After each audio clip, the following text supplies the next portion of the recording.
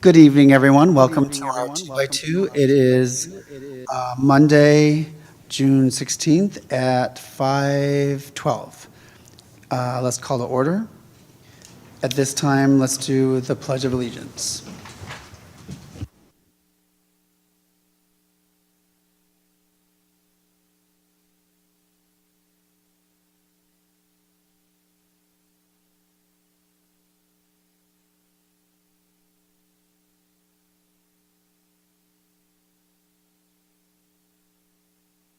Can we please have roll call? Councilman Matulik, Present. Vice President Amboy, Present. President Fox, Present. Mayor Source, Present. and we have a quorum. Thank you. Community Forum, do we have any speakers? Thank you, Chair. Currently, at this time, we do not have any speakers for the community forum, but I did start a 2-minute timer, which is reflected on the top left corner of your screen. If any parties sign up for the community forum while that timer is running, I'll be sure to let you know, but feel free to carry on with the agenda. Thank you. We're now on agenda item 5, consent calendar and approval of the agenda. Do we have an approval of the agenda and the minutes? I'll move There is approval. something that's been changed. Our city manager will give us an update on Nebraska Street. I know we all requested that Mark give us a final, like where to go and what we need to do to get going. But that didn't happen on the agenda, so the city manager is going to give us an update. Other than that, I think the agenda is fine. Do we have a motion? I'll move approval. Thank you, Mayor Source. Do we have a second? A second. Thank you. Roll call, please. Councilman Matulik, Aye. Vice President Amboy, Aye. President Fox, Aye. Mayor Source, Aye. and the motion passes 4-0. Thank you. Now we're on to Agenda 6, presentations. Do we have anything under that? I don't think so. No? Okay. Interagency, I see that Gabe is here with GVRD. Oh. Okay, and Soul Train. Who would like to start?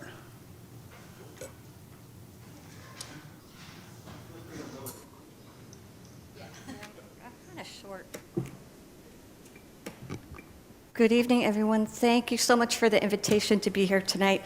I was asked to bring an update on what we're doing for the Youth Ride Free pilot, so I have an update for you tonight. Youth Ride Free pilot was extended at the May 2025 board meeting for an additional 2 years. This program allows youth 18 and under to ride free on all Soltrans local and Solano Express lines and extend over the summer and into the school year. To qualify, the youth just need to board the bus and tell the operator they are youth, and they could board for free. No ID is necessary.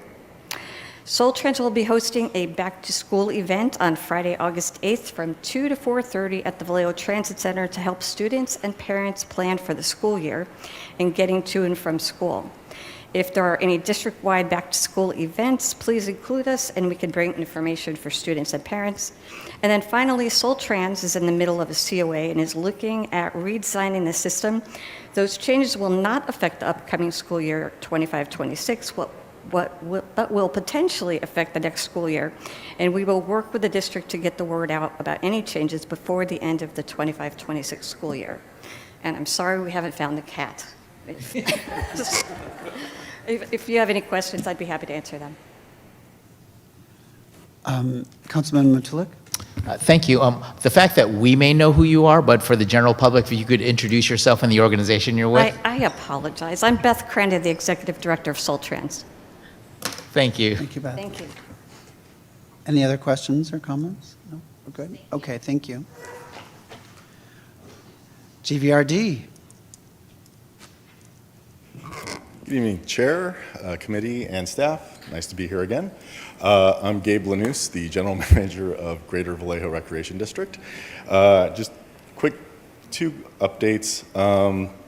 So with the city and GVRD, Measure P, we've received the funds.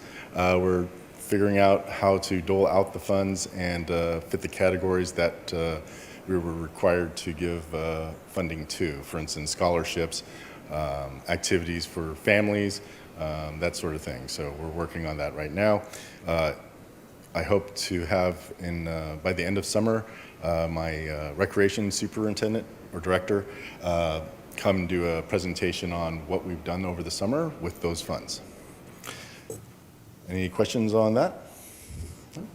With the school district in GVRD, I was lucky enough to have a vacation and a little tan, or not tan, I get burnt.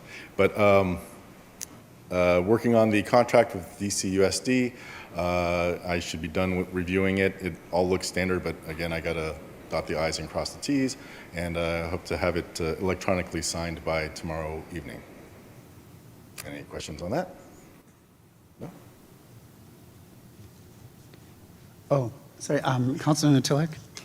Thank you, Chair. Gabe, quick question for you. The fact that we're in the summer program right now, and the fact that throughout all your facilities, I know they do get busy with people reserving. Do you actually have a schedule for each of those facilities of when they may be reserved? And also, from a promotional standpoint, do you have any costs of how people can contact GVRD to rent some of your facilities? So each facility, there's a coordinator and a supervisor, and they have the calendar of, for instance, if someone's holding a facility but hasn't put their deposit down, there's still a hold on it. So, but when a facility is like paid for with the deposit and rented, that's on their calendars. It's not a district-wide calendar that's shared with the public regarding rentals. That is a request that we've been hearing off and on, is that they'd like to see, well, we're going to have an event at Dan Foley. We'd like to see if that's available for that day. The fee schedule should also, and I'll double check when I get back, it should be on our website regarding each facility, whether you want to rent out the whole facility or a room, and the other add-ons that you can do, and also the security costs and alcohol. And the fact that you mentioned that you do have those reservations available, I think that would behoove GVRD to have it generally, or have it available on the website of what facilities may be opened or the dates they are already reserved, so people can kind of work around some of those availability dates. Yeah. Yeah, we're thinking about doing that with picnic sites too. I know that Yes, you asked yes. about community centers, but picnic sites are a big thing, especially for family reunions during Correct. the summer and just the end of school year and those sorts of activities. Exactly, because I've had constituents come up to me asking about GVRD sites, and I said, typically check the website, and then when they check it, there's obviously, they don't see anything, so that's where they're trying to figure out where and how to contact and make reservations and cost breakdowns and stuff for each facility. Okay. Thank you. Thank you. Thank you. How's Franklin being utilized? Oh, Franklin. So the basketball, we're still having I need to talk with staff again regarding access for the development of a parking lot up above. We do have the Prop 68 money to redo Franklin. We do have a contractor for that. We'll be doing community outreach soon regarding the proposed plan for it. Although with the $7.5 million, we'll probably have to scale that back. But with the gym, we'd like to talk more with staff regarding parking closer, or at least doing the cutout so they can drive up and park closer to the gym as opposed to on the street. Does that answer your question? How are the youth utilizing the facility? I'll have to come back with more information on that. I know we do have open gyms on Friday. Now that summer is starting, we'll probably be open extended hours as opposed to right after school, and depending if someone rents it in the evening, like a basketball team. So we're still adjusting to how to utilize that space. What sports when youth are there, what sports do they play? So it's interesting because pickleball is not only an over 50 event or sport. We've got courts lined for pickleball. We have basketball, definitely, and volleyball. And then we've had a family dodgeball, but not with those, I don't know if maybe I'm dating myself, used to have those really hard red rubber balls, and you'd always aim for people's faces.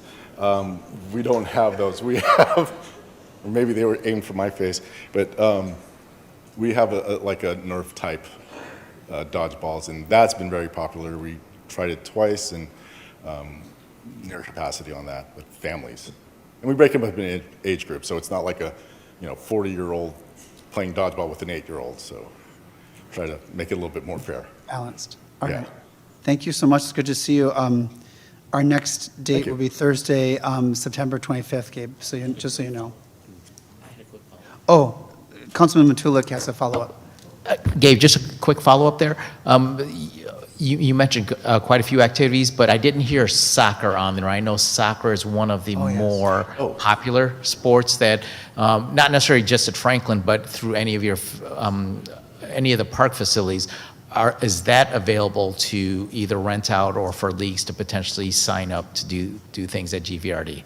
So we do have soccer fields for, and that's one of the things when I first came here, because I used to play soccer and I coached my kids in soccer. And our soccer fields we don't have enough soccer fields in this town. I didn't know if you had meant like indoor soccer at Franklin. But I think actually tonight they're talking about field use at South Vallejo. The Democratic Club or something like that is having a discussion on it. I know that there's well, they say they're nonprofit, but there's some organizations that want exclusive use of soccer fields, and the public employee in me is that soccer fields are should be rented by whoever can rent it, and with preference to GVRD youth, families, and youth and adults. So, well, school district too. They're in the top priorities too. And so that discussion is going to go on, and I can report back next time more on soccer and our soccer programs. That would be great, and the fact you mentioned indoor soccer, I think that would be a great ability to use that over at Franklin or any other facility that GVRD may have. So thank you for that update. Oh, no worries. Thanks. Thank you. Great question. Any other interagency? I don't see Chief Ta or Officer Hollis. Sergeant. Nothing else under interagency. All right, discussion items. 8A, collaboration around school site safety.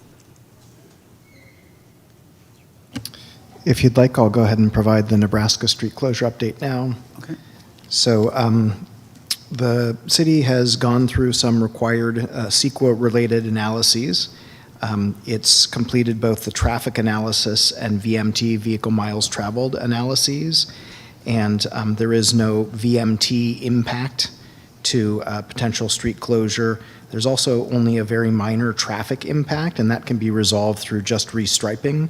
So there are no enduring impacts either related to VMP or traffic from potentially closing it. There are still some steps that the city would need to go through to complete the CEQA process. Also, city council actions required to designate the street for closure. So our Planning and Development Services department, which works on most CEQA matters, as well as our city attorney's office, are identifying the next steps in the CEQA process. The question had come up at the last 2x2 committee regarding available funding for this. The city hasn't identified a funding source for this project. I know that some commissioners have mentioned various forms, including safe routes to schools and other transportation sources. The city Public Works Department actively monitors those sources of funding and has and regularly applies for them if it's consistent with some city purpose. This certainly would be. So, but given those available grant sources, none of them have been identified for this project. The City Council is going to be considering our next year's capital improvement plan that has a 4-year forecast after the first budget year at its meeting next Tuesday. And so the City Council can consider whether creating a CIP project for this. The cost estimate for it is about $300,000, and the timeline estimate is about 1 year, which includes concluding CEQA, doing the design work, procuring a construction contractor, and actually implementing the project. So if the city wanted to have this in place, not for the upcoming school year, but the following, and it started working on it now, that would be about the timing. So $300,000 is the initial engineer's estimate and a one-year time frame. Happy to answer any other questions about that. And sorry if I may, a commissioner asked about how the succession planning for this project will work, given that one of the staff members at the city who's been shepherding this is going to be departing the city. There are other people at the city, including the folks I mentioned in Planning and Development Services, that's working on the CEQA process, and there's a succession plan to keep this project alive at least through the CEQA phase, and then whether it moves forward as a capital project depends on whether the city council includes it in the CIP. Thank you. I know Mark was talking about the CEQA was almost finished. I thought he was going to attend the last meeting. When is that last meeting for that process to be done with? So as I mentioned, that's on planning and develop. There are two departments working on that. I don't know exactly when it's going to be concluded, but the major analyses that are required are the VMT and the traffic, and those have been concluded. Those have been concluded. So Yeah. can, well, hopefully before the next meeting, can we get the final date of any last CEQA things Yes. so that, just so that's checked off the box that that's done? And then it's wonderful to hear if the city could help. That'd be awesome with the 300,000. What worries me about the year out, though, we've been talking about this for about 2 years at least, and just for the safety of students, the calming effect, and I'm so proud that our mayor and city council have been at our graduations, and they've seen outside of Nebraska Street that it is a lot. It's a lot safer and not hectic. I'm just worried with safety. The longer we delay, the more we're not being preventative of our youth safety. Since of the past incidents that are documented that have happened on Nebraska Street. So I want to be extremely proactive and definitely preventative.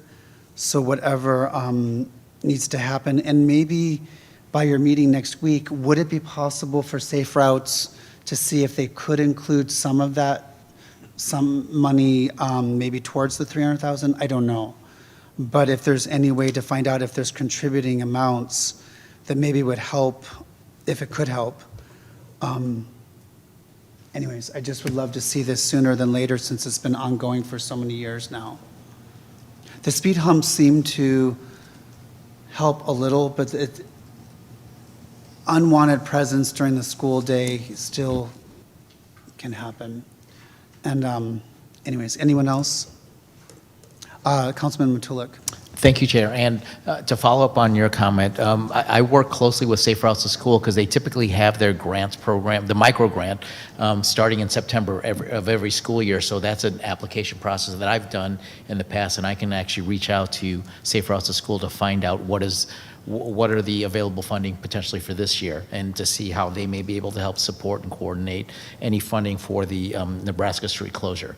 And I also wanted to follow up. There was another project that Mark was also working on that we hadn't been talking about, but also he was actually working on turning our, in front of Dan Meany Elementary School, turning that from a two-way into a one-way. So we've actually gone through the CEQA process and going through all that, and right now we're into the planning phase and completing the community outreach portion of it. So hopefully we're looking at sometime soon, quote unquote, of that potentially being switched over to a one for safety reasons. So Thank you for that update. And anyone else?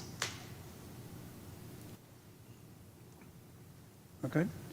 All right, if you can please find out the deadline of the when it's finally done with the CEQA, and really excited. Hopefully next week we can see about what the city can do. What's the next item on safe school site safety? I'll jump in here. One of the things that city manager and I had spoke about was just the ongoing efforts that we need to make to continue to keep our school facilities protected, especially as we enter the summer months, because we'll have less use of the facilities. They become almost bigger targets in the summer for copper wiring theft. Just as a recap of this year, we had 2 significant incidences with wire theft. The first one a few months back was Solano Wiedemann Leadership Academy. That was a pretty massive project. It ended up closing the school for 6 days to be able to get that school back up and running. Most recently, Vallejo High School was impacted. Fortunately, wire was not taken, but wire was cut. And the vandals, in cutting the wire, did impact 6 classrooms that were without power for a couple days.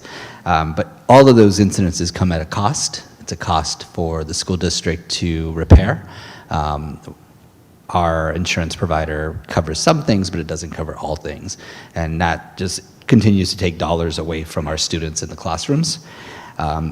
Additionally, as we enter the summer, we have significant construction projects that are ongoing. We know that we will continue to fund our private security to monitor our sites, but that also comes at an additional cost to the district. So we're just wanting to make sure we're partnering with the city, doing everything possible to keep our campuses safe and protected. I do meet monthly with Chief Ta, and we have these discussions as well. Superintendent Aurelio, I know that in the past with sites, especially with construction, that some theft and items have, to delay progress, some theft has happened of the materials or to do the construction. So I think that's an item also to make sure that the city or Chief Ta or whoever knows there's going to be stacks of materials or construction at certain, anyways, that can help as well, because when that is stolen, and then you have to repay, reship, and delay everything. So Correct. hopefully we can focus on those as well and not have reoccurring theft happen. Anything else on Councilman Matulik?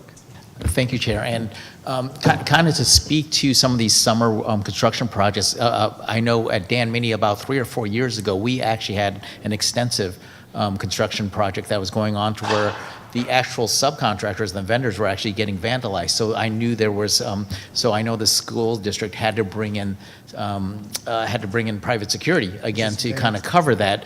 And I know, and Vice President Amboy and I, we've had this conversation of kind of how do we kind of look at this proactively, and obviously with our police department having their staffing issues, obviously it's on an availability and depending on the seriousness or the inevitability of what the actual crime and occurrence is.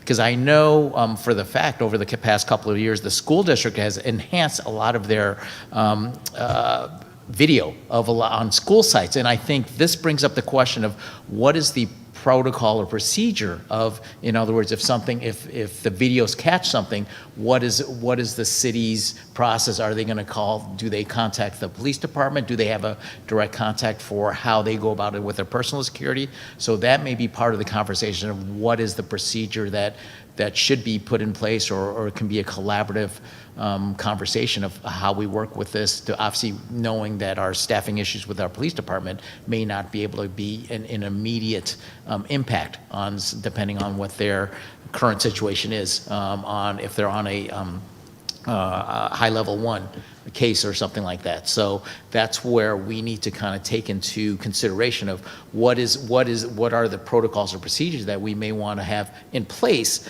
to where we, from both the city and from the school district, we understand what are the steps that we can take in our current situations.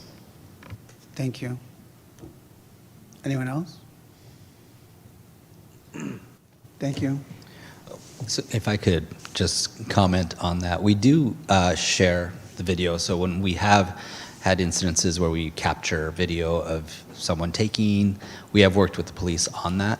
The challenge still becomes the time to investigate those things and the workforce to do it. But we do partner with the local PD, and in fact, I believe that partnership is strong. It's about manpower and ensuring that we can follow through on those things. Thank you. And I will report, I know that Chief Taw has come before this body on a couple of occasions to provide an update on our public safety capacity. Our sworn staffing numbers are increasing at a modest but steady rate, such that by about the beginning of 2026, we'll be back to the levels prior to when we declared a public safety emergency. Not full staffing, but prior to the period in which we've had that dramatic decline. And as I'm sure we've mentioned before, the City Council will be considering at a special City Council meeting tomorrow evening a potential contract for service with the County Sheriff's Department. So the city staff and county staff have negotiated a potential contract that the City Council will have an opportunity to consider and approve. The Board of Supervisors will consider that on the following Tuesday, on the 24th. If both bodies approve of that, then we're looking to have those additional services in place from January 1st, 2025 through the end of 2025. That'll about double the amount of people we have working on patrol 7 days a week from noon until midnight. So that will be a significant force multiplier. Our private security guard contract, through which our existing site facility security folks will be driving routes through the city, including areas where there's significant property crimes, should be ready to come before the City Council within the next few weeks, and that can be implemented soon after it's approved. So we are taking steps between increasing our own staffing, looking for some support from the Sheriff's Office, and bringing in other private resources to improve our presence, including proactive patrol. So, obviously very aware of the situation that the school district and every other property owner is facing in the city, and trying to be aggressive in putting new steps in place. Thank you so much. That's wonderful news to hear. Thank you. Mayor Source? Yeah, that actually reminded me, I believe next Tuesday, but I need to double check, actually, the city manager can confirm, is Caltrans still planning on giving us that presentation on Sonoma Boulevard? So next Tuesday, the 24th, we're going to get a presentation on a huge, something like, multi-million dollar, tens of million dollar project to revamp Sonoma Boulevard with Caltrans. It's going to take probably a year, maybe a little more. And the tangential potential benefit of that is it's going to cover the entire 6 miles of Sonoma end to end of our city. And, it's State Highway 29, which means it's CHP territory, which means that we can request additional funds to get additional CHP support. So any school sites that are near Sonoma Boulevard, and I know there are several that are even in the vicinity, I think are going to benefit from the beautification that happens and the potential CHP presence, but it could also be a chance for us to kind of parlay into some additional, safe routes to school, try to kind of build off of that and think about school site security at those sites. Now, there's also going to be a little disruption that comes from that construction, I'm sure, at those school sites, but I think there's going to be tremendous benefit, and I just wanted to flag that as well, that in addition to the sheriff and the security guard, the city has gotten a couple of supports from CHP with sideshows, and even they've been trying to come into Vallejo as much as they can, but we have this opportunity, particularly on that corridor, to get some additional support from CHP starting, I think next month, potentially. Wonderful. So for next school year, that could be at least something we look at, but I know would benefit Lincoln. Thank you. That's wonderful news. All right. Anything else under school site safety? The only other item we had talked about is just really paying attention to the impacts on our school sites around the unhoused community or unhoused encampments that are near our campus. The one that to me stands out is at Patterson Elementary. There's the proximity to unhoused and some of the challenges that presents our schools. Councilman Matulik? Thank you, Mayor, or thank you, Chair. To bring up the history that prior to this especially with the new mayor and this current council, in the past council, we actually started a conversation for an ordinance for unhoused having a minimum distance away from schools, and the fact that the grants pass hadn't been implemented yet, so there weren't any actionable items we could do at that time. But speaking with the previous vice mayor, Lorera Diaz, one of the things that we had actually started talking about it before her term ended in December was the fact that keeping that, identifying what that minimum distance would be, but due to the McKinney-Vento portion of it, where there may be some of these unhoused students that may be living with their parents in cars, we wanted to have some sort of leeway for students or families that were unhoused living in their cars to be within that minimum distance. So that was something that was part of the conversation that hasn't made it to a finish line yet of any resolution from City Council, but those are some of the conversations that we have had, and that's something that we could potentially continue those conversations to see where we, as a city, along with the school district, feel is a safe, how to keep this, especially for the safety of the students. And Patterson was specifically brought up with some of the unhoused issues where there was actually some incidents where I think it was either CHP or VPD came by to help support that. A couple of incidents, I think it was either a year or two ago where that was the case. So I think we've been aware of it, and I think we've been having conversations to see how we can implement and secure or improve some of the safety issues regarding some of the unhoused. Which speaks to kind of what our current process is of how we're identifying some of these sweeps and being able to relocate some of the unhoused, especially utilizing or identifying some of the school sites to make sure that we identify those as a high priority. Thank you. Mayor Source, and then Vice President Amboy. Yeah, thank you. You all keep saying stuff that reminds me. Grace Patterson's another one that we can easily use. The Sonoma. I think they're gonna go south to north. So that's basically right on, right bordering it. But I do think there's a ongoing conversation that we can have as a body about, particularly crime. I think that's what I'm trying to, if there are specific crimes near a school site, because it's not always we don't even need to get into that debate that can sometimes get toxic about whether it's the unhoused resident that's committing the crime or a dumper that's coming in or an arsonist that's coming in. If there's crime associated with a site, I think we need to have a good way to kind of say we're going to prioritize that as a city. And if there is, a real safety concern at a site, I do think I don't think we need an ordinance. We can add that to the priority list. Then there's another conversation we need to have about, the point in time count, and I'm digressing. I mean, I'm coming off the topic a little bit, but it's going to come back around. We got an unhoused update a couple weeks ago that had our point in time count, I think that's something like 750, 730, 740, something like that. And McKinney-Vento said there were at least 400 something unhoused VCUSD students. So those numbers don't add up, which means that we are missing, when we're developing our city policy around homelessness, and we're trying to do outreach right now. We're trying to get people in the Navigation Center. We're trying to get people into the Broadway Project. We're probably missing a lot of people, and we're probably missing a lot of VCUSD families. So in the process, as Councilmember Matulik said, and I'm really glad you said that, in the process of trying to secure school sites, let's not accidentally harm our lost students who are lost in the shuffle that aren't getting captured in these counts. And I think that's something that we're just going to have to figure out how to work together on. That was a concern. This was brought up last time too, that maybe tracking through hotel vouchers, or there was other means. We're trying to find a way to make sure, like exactly what you said, that the students aren't harmed from this. So it's a very delicate way to find out the numbers, and with movement, sometimes you don't get the correct count. Vice President Amboy? Yeah, I think we need to probably audit again, since there's such a discrepancy between the two numbers.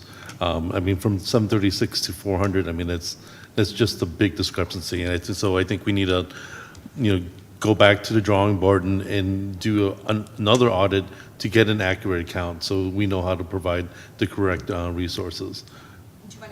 Just do you mind if I clarify through the chair? The 730, whatever it was, is the total number that we got for all unhoused. Right. Yeah, so I mean, clearly it's much higher than that.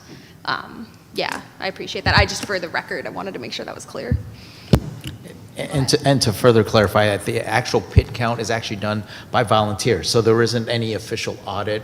And so we're actually, through the city, we're actually looking at case management or programs to help us identify and actually case manage a lot of our unhoused communities. So that's going to give us probably a more accurate count, but the critical part behind that is to identify resources and programs and supports for the unhoused. And this is where I'm hoping at some point, and we've had these conversations in the past, between the McKinney-Vento numbers and what the numbers come from, what the city counts as unhoused. We need to make sure those numbers marry each other to where we're able to identify, but also take actionable items to help support these families, and especially the students. So this is where, once again, it's the whole case management, identifying the numbers and being able to utilize those numbers to take actionable take action to actually help support the families, whether they're unhoused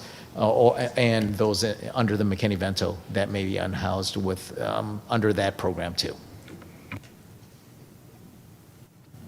Because the other thing I'd like to see is probably revisit back to former Vice Mayor's agenda from back in December before she left. So that way we have, so we basically continue that conversation and actually apply, again, our resources that are available.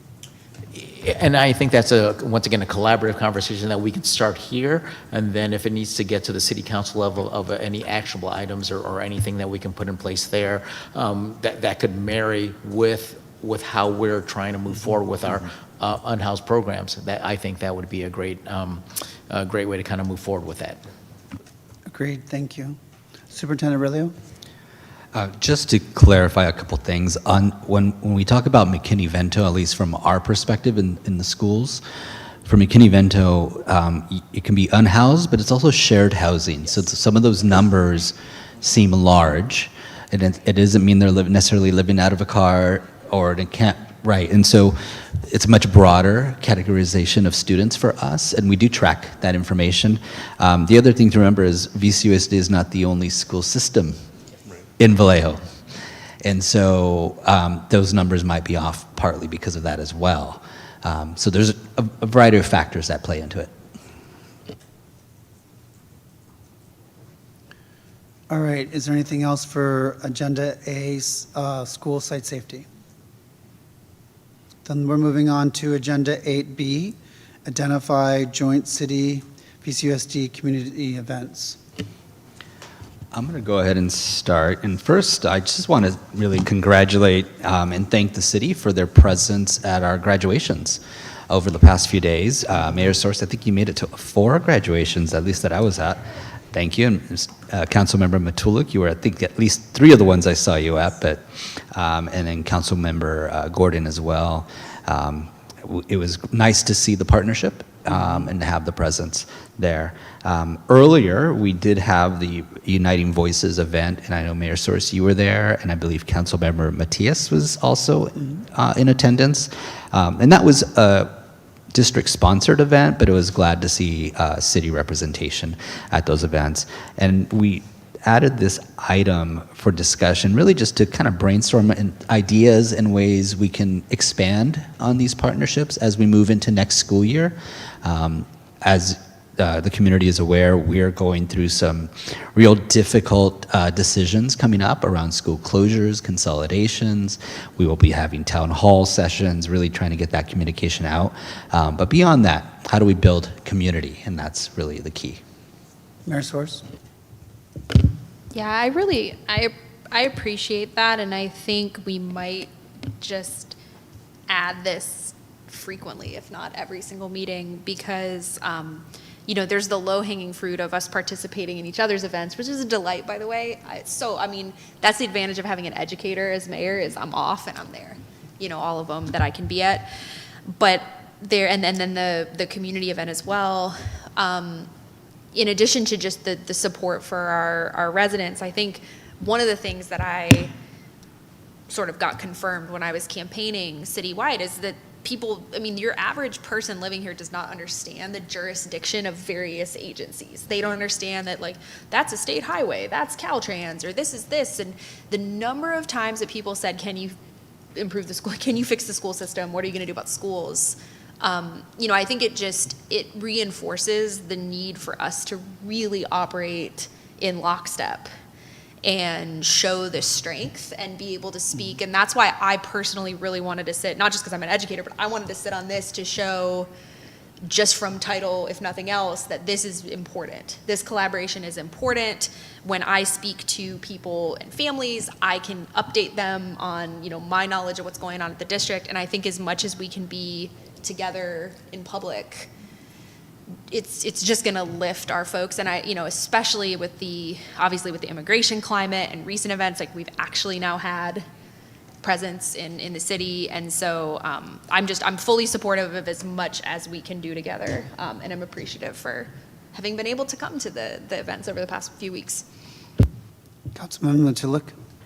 Thank you, Chair. And I know some people may not have realized this, but we actually have our youth coordinator that's actually back from her maternity leave that was actually at most, if not all, the graduations also. So she was actually there representing the city and the city staff for that one. And I know when she comes up for her youth updates and stuff like that, she may have more to share. But I actually want to highlight that there are actually a lot of community events that both the city and the school district are actually participating in. I think one of the greatest ones, or the ones that I enjoy participating in, is when we actually do bring in students in and actually have city council. They sit in as city council and it's a leadership program.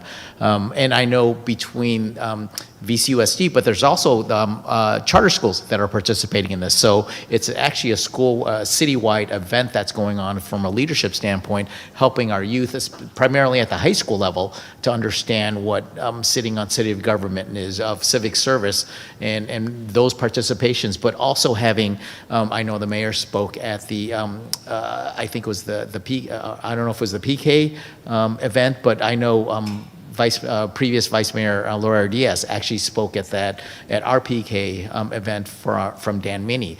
And so I think there was that special event where it was I think it was the Latino, I forgot which one, where the community meeting where obviously the mayor spoke at, Yeah. which was, by the way, that was all in Spanish, primarily led in Spanish, so which is a great opportunity to get our Latino families involved there. But there are existing things that are actually going on. I think that I would like to see us expand on that even more. So those are the type of things that I would like that this body, I would hope, have those conversations to broaden the horizons there with a lot of the collaborations, especially when it comes to community events, so that the community does know, all of Vallejo knows that we are a collaborative working group together, looking not only at the city of Vallejo, but also looking at improving our school systems in a joint effort there. Thank you. Superintendent Aurelio, the event was very well attended, and it was packed. And I loved that it was in Spanish, 100%. Mayor Source spoke in Spanish. I was very proud of her. I had to use my headset to have translation. But I was just really impressed how packed it was. And I'm hoping that we will continue to have more events like that, just to inform and to show community. But another thing for community events, I think this kind of falls under, being role models to the community. Mayor Source, the feedback from when you went to the different high schools and had your talks, they loved it, and that is great as being a role model. And including student voice on what they see is or is not Vallejo, or where they want to see Vallejo go. So that was very empowering. So thank you for doing that. Also, I just want to say how proud I am of the police going to every third grade classroom and reading. The huge, not just being a role model, but that helps with connecting with police and understanding and seeing them in a very friendly, loving way, so that builds at a younger age the connection. And I think we need to definitely continue that, but I'm very proud of that as well. Anything else under community events? Yeah, I just Mayor want Soares. to give a quick, vague plug that we're gonna, not quite yet to be announced, but we're gonna have a very big event that is going to be a joint event because it's gonna be the city and it's gonna be at Corbis Field. And it's gonna have to do with someone that's getting elected to the MLB Hall of Fame next month. Oh, So that's Can't gonna wait. most likely become a joint event, Very which is really nice. exciting, yeah. looking forward to Because the we date. aren't going to meet next month, so No. by the time we meet again, everyone will already September have the date. 25th, yeah. Yeah. Thank you. Anything else for community events? Well, no, but since we're plugging future events, I do want to take the opportunity to plug July 1st, which, Oh, I have that down, yes. do you want to plug it or should I plug it? We're gonna, our final exiting receivership as a school district, so go ahead and tell what we're gonna be doing. Right, so July 1st, it's a joint event with the school district, but also Solano County Office of Ed. We're doing an oppressor event where we will have the state superintendent of public instruction. This will be in front of the district office on the lawn on July 1st. I don't have the details of the Tuesday at time. 11. Is it 11? I think it's 11 to 12. I don't know. Selena, am I I'm- correct? 11 o'clock, so we do have a time. So 11 o'clock, July 1st. That'll Is be. it out by the flagpole? Yes. Okay. Out in front of the school district. Yes, on Mare Island. Yep. So it's right off Walnut. Okay. All right, now we're moving down to 8C, 2x2 committee interest in student trustees and/or leadership council. Well, if you don't mind, I do want to introduce, we have one of our new, or soon to be new, officially on Wednesday at our upcoming board meeting, we will be introducing 3 new student trustees. We were really happy and pleased with Ricardo Morales and Elijah Simmons, who they finished their term. And we now have, in the audience today, we have Sonia Valdez Jacobo, and she is going to be representing Vallejo High School next year.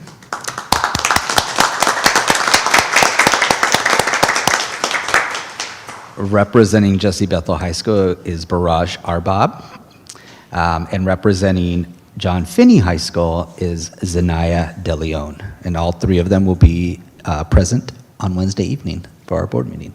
Yes, and hopefully, I don't know if they would fit right at this table going forward, but I guess we'll have to figure out logistics where they'll come, at least for all 3. Sonia, do you want to say anything real quick?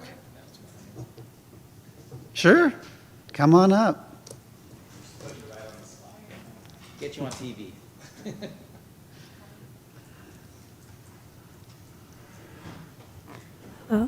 Oh my God, you guys put me in the spotlight.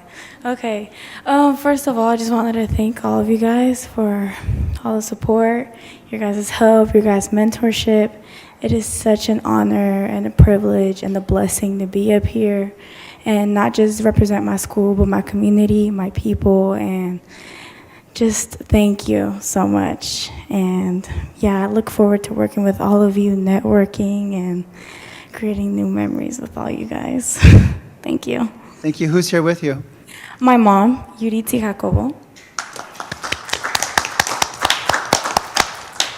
Yeah, thank you guys. Thank you. We'll see you Wednesday. And then once a month, we'll meet here.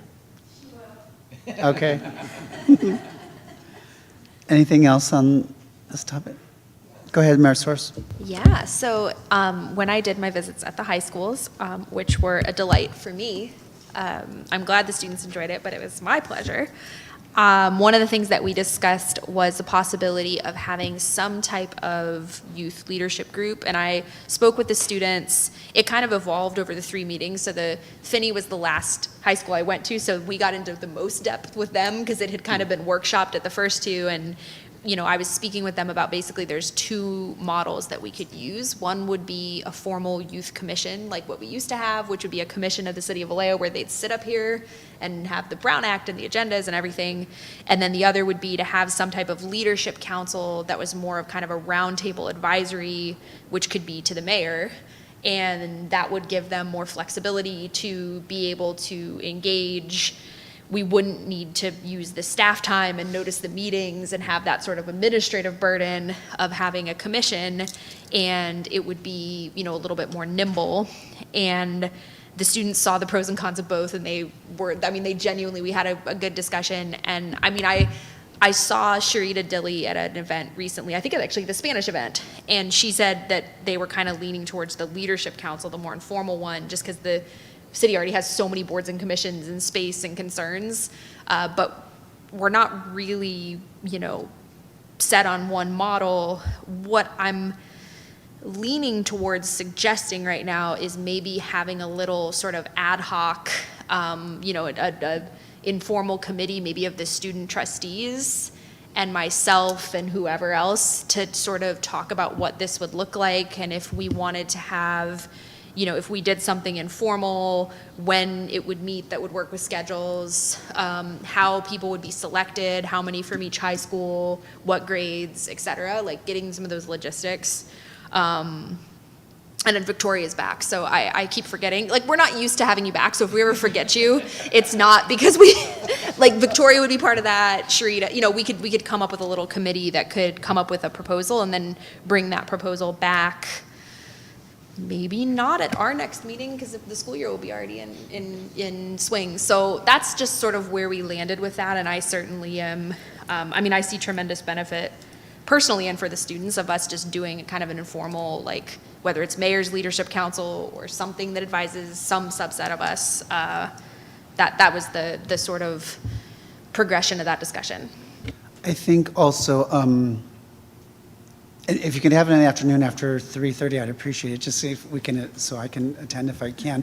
But also, the superintendent has his student advisory committee that he works with ongoing. So there's already a group of students that will work with Sonia and others that maybe they can help with this. And I'm so excited to hear and to just have their voice and to even empower more. So thank you, Mayor, and if you want to meet you and I in August to go over more, we can, before September 25th, our next meeting. And I think there's a few, like I said, there's a few different models, all of which are going to have pros and cons, and if we could do all of them, it'd be great. But, one thing we can consider is spreading the wealth and saying, okay, we'll have the student trustees and the advisory council advise on it, but then let's get a new group of students More voice. and get them, just get more leadership opportunities for more students, or have it, maybe we have ours be sophomores, and then when they're juniors, they can go to, and then when they're seniors, they can be the trustee, and have it kind of be a real, progression of things that fit together from a leadership perspective. The more voices, the better. Yeah. City Manager, would you like to? Yeah, and then- just wanted to add that I think our GVRD general manager might have mentioned at a past 2x2 meeting or in some other context that GVRD is also interested in considering exploring the formation of a youth advisory group. So looks like a bunch of our local agencies all have some common thoughts about there, and seems like a good opportunity to collaborate on that. Thank you. Councilman Matulik? Thank you, Chair. And just for everyone's understanding, at each school site, my role at each school site, the academic support fighters, part of their role is to establish what's called a youth leadership team at each school site. So I know I have that at the elementary school level, and I know they have it at the middle school level, K through 8, and also at the high schools. So that may be part of that conversation of who are the students that may be pegged for that one. I actually met with. There's actually a youth commission over at Jesse Bethel High School. I met with Annalisa Martinez, who just recently graduated, and she actually, I met with them, I think, earlier this school year, and where I had met with her and Vice Principal Martinez, who was leading that youth commission over at Jesse Bethel High School, of identifying ideas how they can expand there. So that may be part of where there may be things like that happening at each school sites. One of the things that I've been actually trying to promote is, I know field trips are a challenging thing, but I think having, even at the elementary school, for 4th and 5th graders, having a field trip here to City Hall, to have them visit here, to kind of have them introduce them to civic service, to introduce them to boards and commissions, because many people may not realize, people at the age of 18, you can be on a board or commission already. So coming right out of high school, that may be a great stepping stone for people to get involved in their community. Because I know we have quite a few students with a passionate voice, and obviously Sonia being here, being one of them, to where that would be something as long as they're aware of it, that would be a great opportunity for them to get involved with the city right off the bat. And so it's just exposing the youth to what opportunities are out there. Should be our role in that. And this is where these conversations should be happening at these meetings, or maybe at your next governing board meeting, and things of that nature, just to keep expanding it, just to inform students in the community of the opportunities that are actually out there. Thank you. All right. We ready to move on? Yes.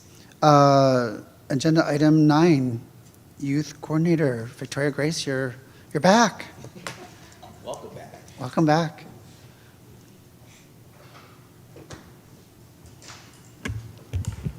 Good evening, everyone. Thank you for the warm welcome back. I'm happy to be back. So I'll keep it somewhat brief. This past week was my first week back, so I'm doing a little bit of catching up still, but there are a few projects that have made a little bit of progress since I left, so I want to give you guys a brief update.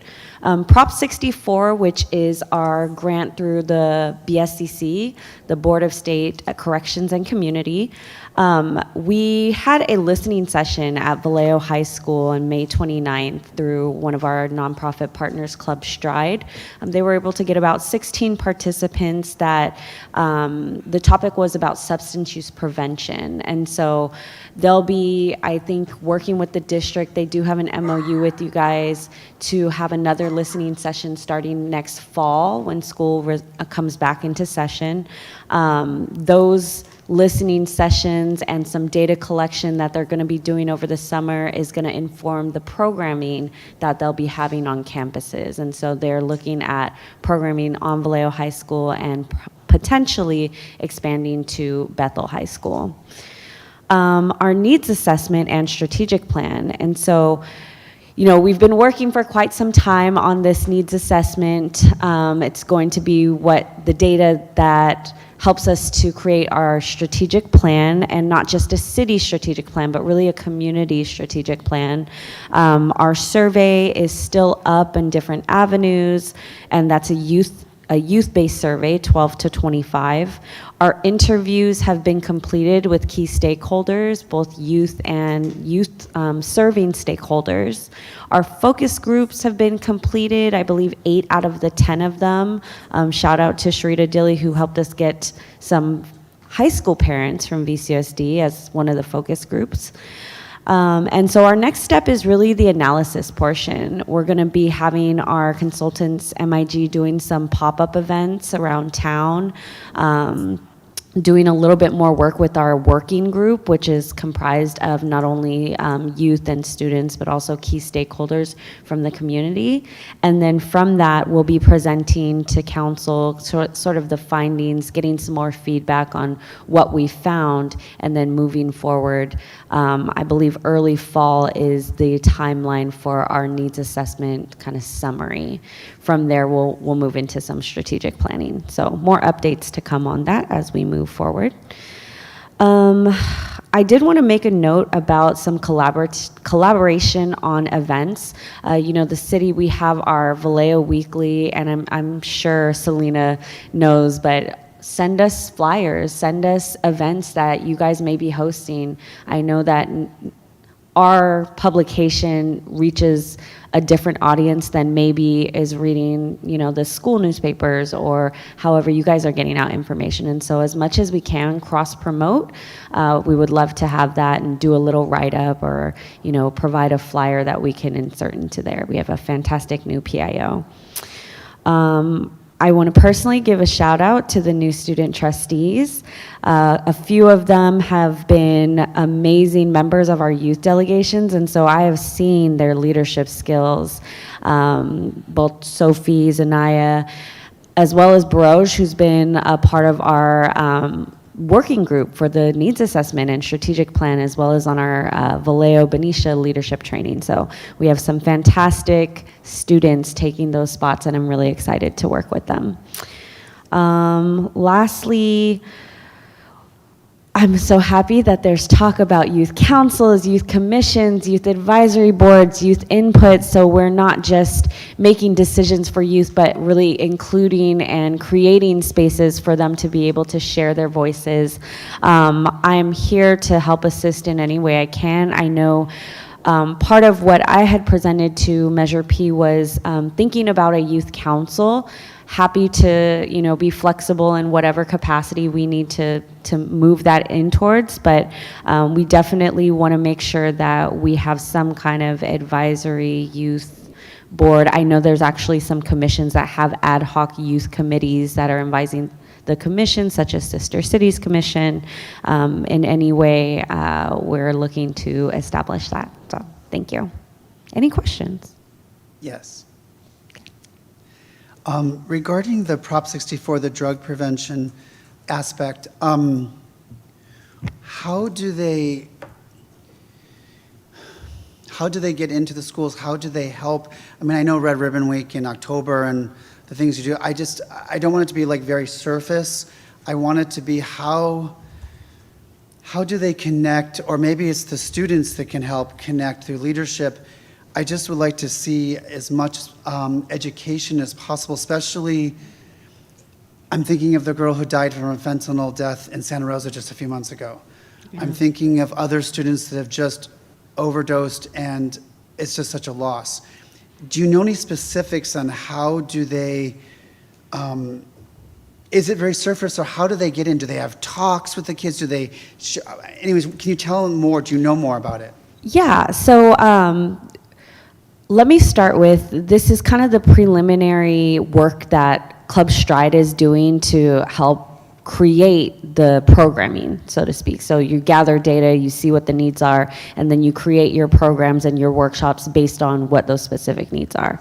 I will say that the Prop 64 grant with BSCC is specific to marijuana.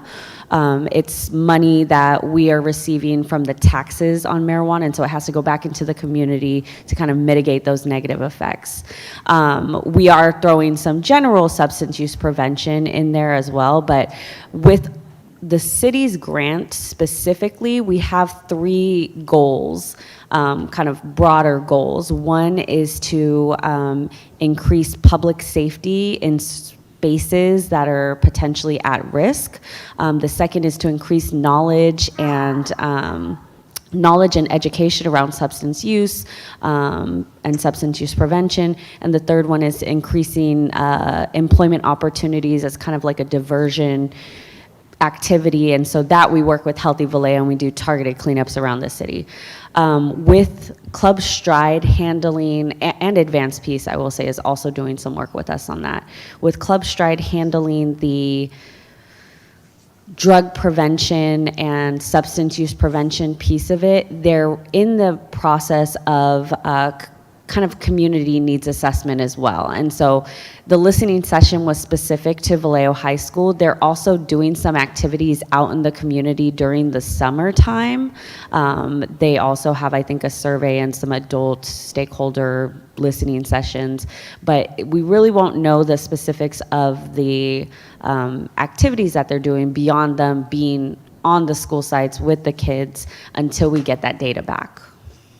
I wish the survey could also have been at John Finney or Bethel, but just to get the aspect, because the needs might be similar, but there might be something different as well.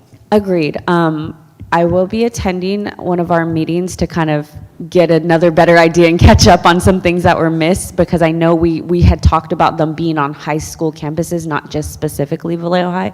So that could be in the works, but I'll definitely mention that in our meetings.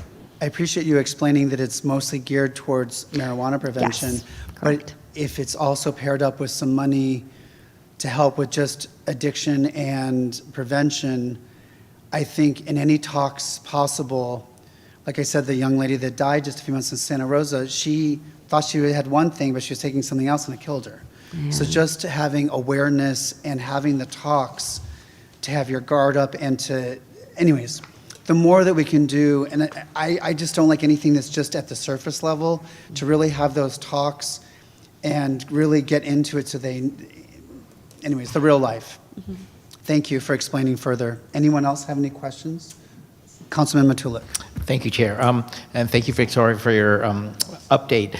I have a quick question for you. Have we reached out to some of our nonprofits to help support with some of these youth outreach and youth efforts? And I just want to, like, specifically to Apostle Tony Summers that deals with Healthy Vallejo, or Orlando Graham that deals with Empowerment Boys and Girls Club, or Jamila Hanif with Watch Me Grow in her program. So this is where I would like to see a lot of our nonprofits help support some of our youth agendas and youth goals, to see how they can help support, or how we can help support some of their efforts, to where it's a citywide effort versus just everybody doing their own little silos.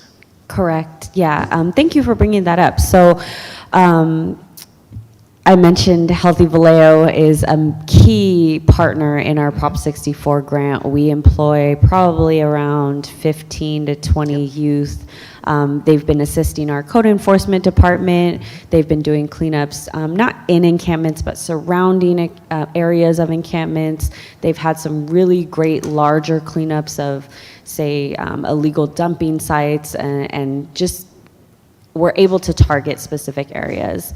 Additionally, they've been getting some of those substance use prevention and some of the work that we're doing with Advanced Peace. We kind of cross over in like a cohort coalition type of deal, and we use those students to get more opinions, more data, be able to supply them with some of the programming that we're putting out to the greater public. Additionally, for our youth needs assessment and strategic plan, we are absolutely partnering with key stakeholders and nonprofits. And so I mentioned we just did some focus groups. First Chance Vallejo has done some focus groups. Center for Urban Excellence, they've also done some surveys for us.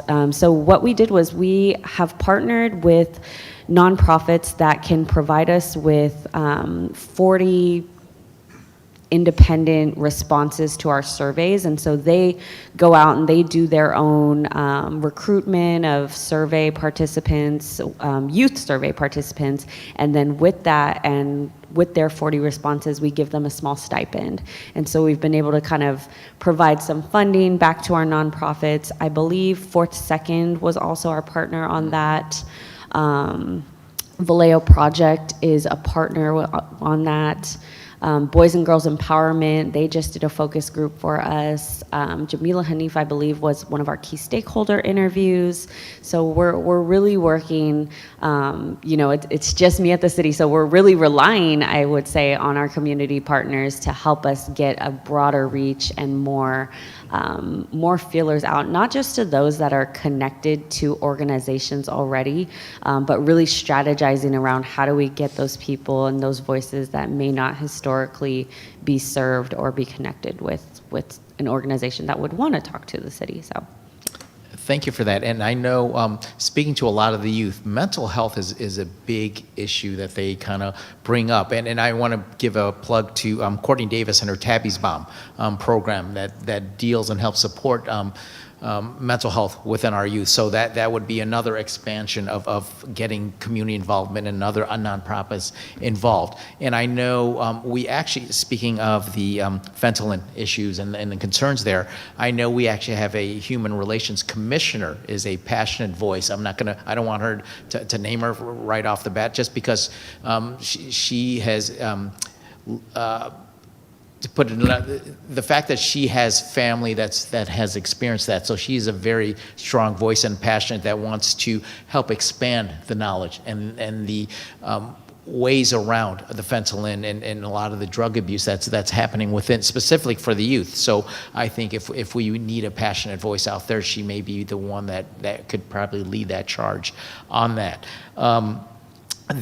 You mentioned Measure P. And for Sonia and for the rest of the youth out there, and even for the school district, I want to put a plug in there, is that one of the 7 proponents for Measure P is for youth-specific issues. And so if there are any youth-related things that may need funding, Measure P is the place you want to go. And specifically for Sonia and the youth at the high school level, if you have any ideas of where you may need funding, go visit a Measure P commission meeting and understand how that process works, to where you can kind of go out there and understand not only how commissions and boards, but how to be a passionate voice in that process of, obviously, funding is a critical issue here, and that's where we have Measure P set aside for one of those 7 components of Measure P, and youth being one of those specific components. So please look into the Measure P Commission and understanding how that may be able to help support some of the financial needs or some of the programs that may be lacking. Is there a deadline? There is. I'm not sure. Depends on, I think, what you're looking for as far as any deadline. But I think the way the program really works is if you have any funding source, or if there's a work plan that may need some funding in there, you can do a presentation and reach out to the Measure P committee to identify, kind of share what the idea or the concept may be, and then they would help guide you of how to present that in front of the Measure P committee, to where they once again, they are the advisory board to the city council of any funding sources from that standpoint. So that is kind of the process to where we can utilize and kind of take advantage of Measure P to help with youth-related or any funding shortcomings that there may be. I was just thinking of maybe augmenting funding to help with drug prevention, all aspects, but also with preventing vaping and smoking at a very early age. Because 5th graders, unfortunately, in my school, it starts happening. So I think just any way to augment, to get voices in there, like this person you said is very passionate, the students can connect with. And so I'll be talking to you about that to see how Measure P can augment, or what ideas or programs, and talking to our youth also what is needed and how soon we need to get it in so it could be funded. Superintendent Aurelio, we can discuss that as well. And just you mentioned the vaping and the smoking. We actually just passed the tobacco retail license, and part of that is there's an educational component to that, to where I think if you go to and looking at the ordinance in there, kind of looking at how we can utilize from how that educational component is embedded in there. So that would be another useful tool for using the tobacco retail license that we just passed. And I know the LGBTQ Plus, yes. minus coalition on vaping and smoking went around and advocated for that ordinance. Yes. And came to different schools and really is strong with that, with Joseph Hayden and such. Yes. But I'd like to see how, I actually wrote down a note for a future presentation here at this 2x2, but I'd like to see how that could be supported, because once a child gets addicted to smoking or vaping at an early age, they can't stop. And the amount it does to their damage it does to their body, the more prevention early on to know it's not cool, it's not safe, it's not healthy. Anyways, I think I want to definitely look into that. Anything else for this item? What a great discussion for keeping our youth healthy and safe. And Victoria Grace Barksdale, we are so happy to see you. We love you. Thank you for your presentation. Thank you. All right, action calendar. I don't think we have anything there, other than we know Thursday, September 25th, 4:30. Reports from the community members. Who'd like to start? Agenda 11. Mayor Source. I just have one thing to mention that hasn't already been mentioned, which is that another thing that I heard a lot from the students when I was visiting schools was that they have a volunteer obligation while they're in high school, and I heard this from students at MIT as well. And obviously we don't have anything in existence right now, at least out of the mayor's office. I don't know if there's anything for students to volunteer with the city or at the city, but that's something that maybe the leadership council can help us formulate. We're trying to get some interns this summer that would be system impacted youth. I think it's 18 to 26. And so one of the things we might task them with is scoping what a volunteer program would look like. And I specifically want to find potential ways that we can engage students. So I just wanted to throw that out there and mention that's something else that I'm trying to follow up on that we got from the students from those discussions. Thank you. Who would like to, Councilman Matulik?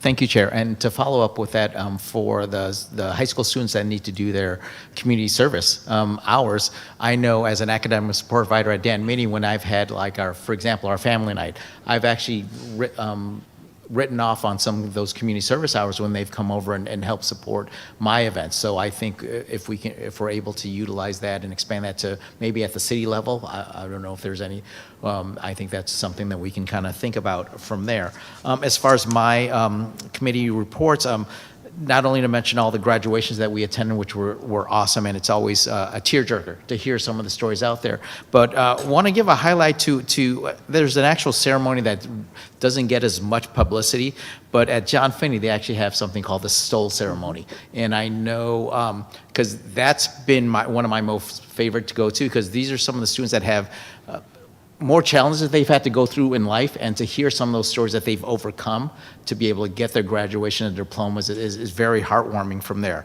And I want to give a shout out to Shrita Dilly. So I know she's been working on a grant that actually there were 7 schools that applied, and we were actually awarded that grant. It was about $1.2 million between 7 schools, and Dan Meany was one of those schools that is fortunate to do there. And so I want to give a shout out to Sharita for actually pushing that through over the past year.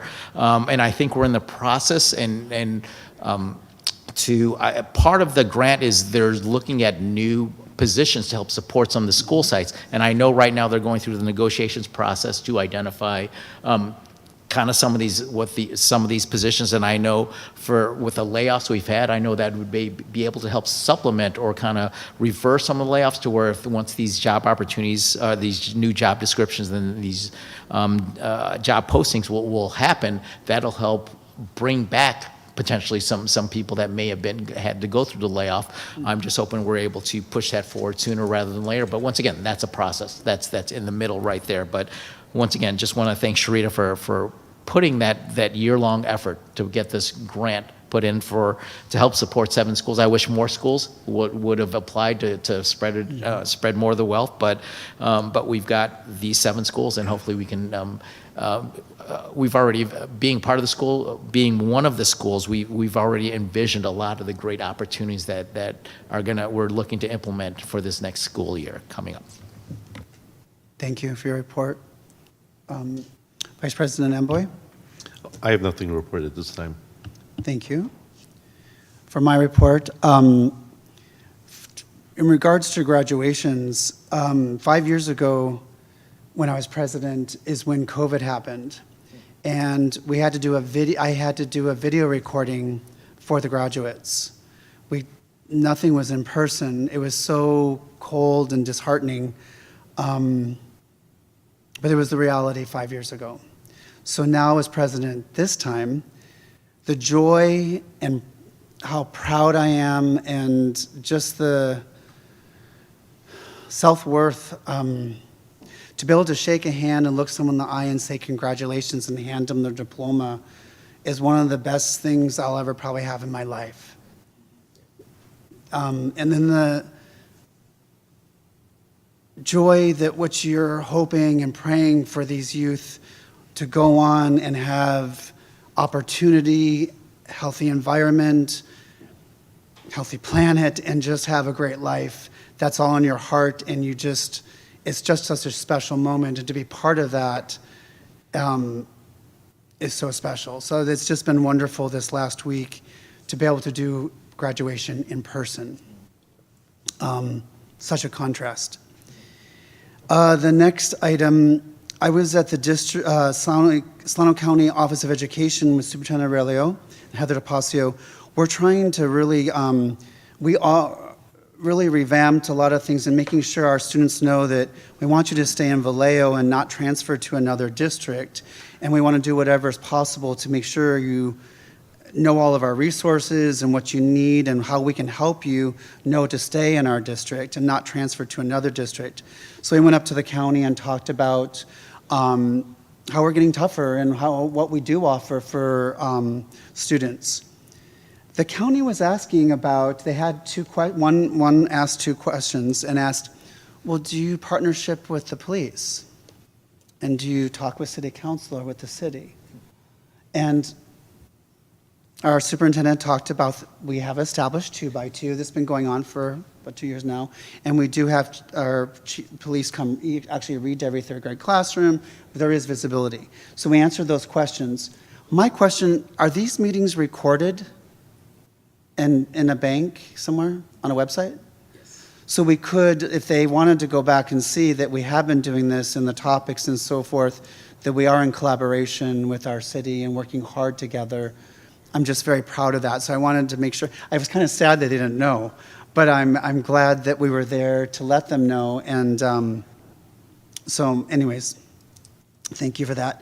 We just established our 7-Eleven committee, which is our list of, and actually Christy Gardner, who used to be on this, is on that committee. There's a number of, is there 11? Is that why it's called 11? Between 7 Between and 7 and 11 11. members. Are there 11? Yes. Okay. Nothing So to we do with have- Slurpees. We have 11 community members that will be, it's about school closures. They're not going to make decisions on school closures, but they're going to have recommendations, and they're going to look at all the components and then report back to the board. So that was just formed. And then we also, what we talked about earlier on, I think it's Tuesday, July 1st at 11 to 12 on the grass by the flagpole at the district office about ending receivership. All the years the school district is finally officially out of state receivership. So we talked about that. I think that's all my items. So thank you, that's my report. Superintendent, do you have anything? Or? I just want to wish you all a good summer. I will be working, but June 18th, this Wednesday, is our last regular board meeting of the cycle, and then our school board will be off until August 6th, which is our next regular meeting. And then I believe we're not back in this body until September. So it's a long ways to go. So it will be good to come back in September with a fresh new year, fresh new school year. Thank you. City Manager Murray? No report this evening. Thank you. Thank you. All right, let's move on to Agenda 12, Information Calendar. I think we've mentioned everything. Yeah, I think we mentioned everything. Agenda Item 13, Future Agenda Items. I know that before that, we're going to get the CEQA thing for Nebraska Street. Eventually, who has anything? I know that's a while before September 25th. So we'll just, if you think of them, email, and then city manager and superintendent will get the agenda ready for that. I'm sure things will come up before then. If we're meeting in September, I can bring from the school district an update on the 7-Eleven. Okay. We will have received the recommendations of the 7-Eleven committee by then, so that's something we could share here as well. Okay, and then hopefully we can hear about if you're able to help with that money next week. We'll see for that as well, for the Nebraska, the 300,000. Anyways, the CIP. Okay. I was like, I think I know what you're talking about. All right, and then let me think. Are there anything else? So we'll just let city manager and superintendent really. I think finalize. also with the 7-Eleven committee, I think we need to bring back transportation again, and that way we can boundaries and collaboration and figure what we need to do and what we all can do together to make sure that all of our students can get to school. Transportation. Will that be before the Soul Trans already decided the routes and everything, or September 25th or after? It will be, so September 18th is when the very week before is when we have our Soul Trans meeting that is supposed to have the follow-up on all the feedback that came in on the COA. So we may be making some decisions then, but let me check with Beth and see if there needs to be a conversation Because we might be before able to meet then. with you before Yeah, that, it if might be needed. good to have Soul Trans in the district connect in August. And then or also early present September. here the next week, the final. Yes. Thank you. Yeah, and I'll invite, I'm going to reach out to Beth right now and ask her to save the date if she can make it on the 25th. Okay. Just to be able to give another update. Thank you. Anyone else? Anything for the good of the order? Wow, we have a long break till Thursday, September 25th at 4:30. And our new 3 student trustees will be here. Well, hopefully, maybe here, we'll see where we'll get them placed, logistics. Thank you, everyone. Great meeting. We are adjourning at 6:36. Have a good evening, and thank you.